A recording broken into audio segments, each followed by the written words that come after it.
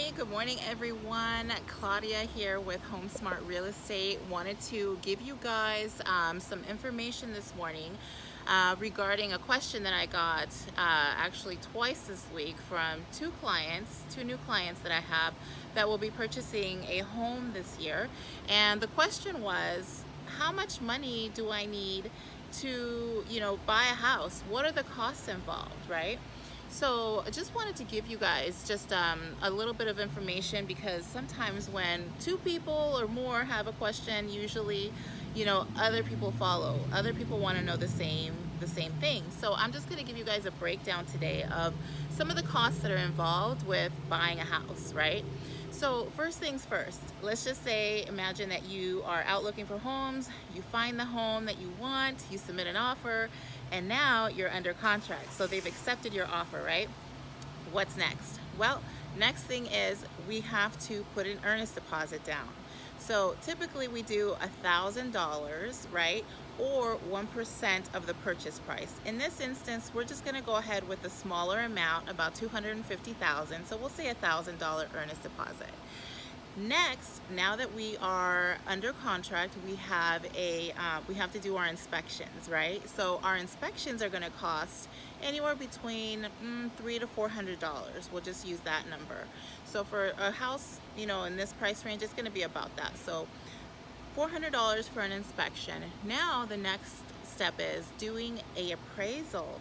The appraisal is going to cost anywhere between $500 to $600. Okay, so the appraisal is going to be for, of course, to make sure that you're not overpaying for the house, making sure that the value is there for what we've offered.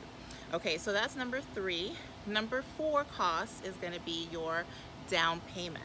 So your down payment is going to be a percentage of your purchase price, right? So you can get into a house with as little as 3% down, right? So it just really depends on what loan program you're going into.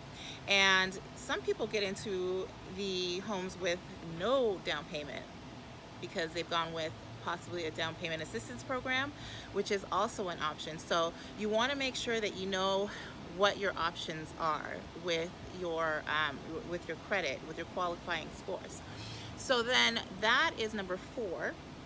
The fifth thing that you want to save up for is your closing cost. So closing costs are typically going to be anywhere between 2 to 3%. We'll just go with a higher number, 3% of the purchase price. Again, we do a percentage of the purchase price.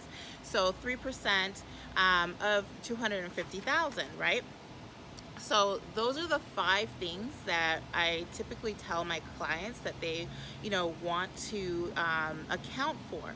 And, again, the closing costs are actually costs that can be negotiated. And what that means is that I, typically can ask for the seller to help us out with, paying for some of the buyer's closing costs. So sometimes the buyer will come in with minimal closing costs, sometimes no closing costs, but then again, sometimes they do have to come in with all of their closing costs depending on the situation, okay? So yes, that is something that can be taken care of for you as the buyer. Now, those are the 5 really major costs that it takes for purchasing a property. If you guys have additional questions for me in regards to maybe going into more detail about some of those costs, I can definitely do that. Just give me a call and we'll sit down, we'll talk about it. And if you have any other questions, please give me a call. We will, I'll definitely sit down with you and go over it. Okay. All right, guys, thanks so much. I just wanted